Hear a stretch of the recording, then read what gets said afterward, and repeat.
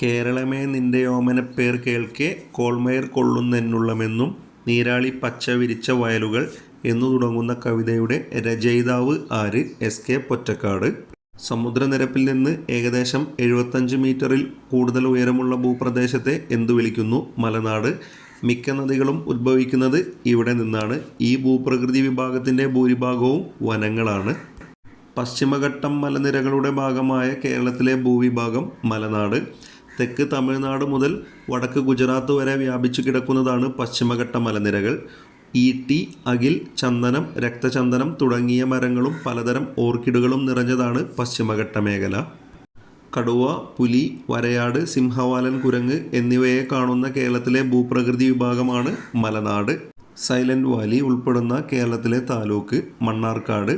വംശനാശ ഭീഷണി നേരിടുന്ന സിംഹവാലൻ കുരങ്ങുകൾ ഉൾപ്പെടെ നിരവധി സസ്യജന്തുജാലങ്ങളുടെ ആവാസകേന്ദ്രം കൂടിയാണ് ഈ വനപ്രദേശം.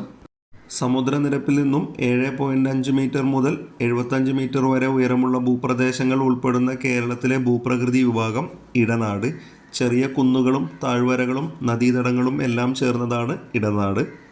സമുദ്രനിരപ്പിൽ നിന്നും 7.5 മീറ്റർ വരെ ഉയരമുള്ള ഭാഗം അറിയപ്പെടുന്ന പേര് തീരപ്രദേശം.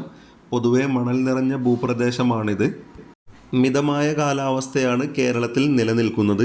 അതികഠിനമായ ചൂടോ തണുപ്പോ കേരളത്തിൽ അനുഭവപ്പെടാതിരിക്കാനുള്ള പ്രധാന കാരണം എന്ത്? കടലിൻ്റെ സാമീപ്യം. കേരളത്തിൽ ഏറ്റവും കൂടുതൽ മഴ ലഭിക്കുന്നത് എപ്പോൾ? തെക്കുപടിഞ്ഞാറൻ മൺസൂൺ കാലത്ത്. ജൂൺ മാസത്തിൽ തുടങ്ങുന്ന ഈ മഴ ഇടവപ്പാതി, കാലവർഷം എന്നിങ്ങനെ അറിയപ്പെടുന്നു. തുലാവർഷം എന്നറിയപ്പെടുന്ന മഴ ഏത്? വടക്കുകിഴക്കൻ മൺസൂൺ. വൈകുന്നേരങ്ങളിലെ ഇടിയോടുകൂടിയ മഴയാണ് തുലാവർഷത്തിൻ്റെ പ്രത്യേകത. തമിഴ്നാട് അതിർത്തിയിലെ പെരുമാൾമുടിയിൽ നിന്ന് ഉത്ഭവിച്ച് ഭവാനിപ്പുഴയിൽ എത്തിച്ചേരുന്ന നദി ഏത്? കൊടുങ്ങരപ്പള്ളം പുഴ.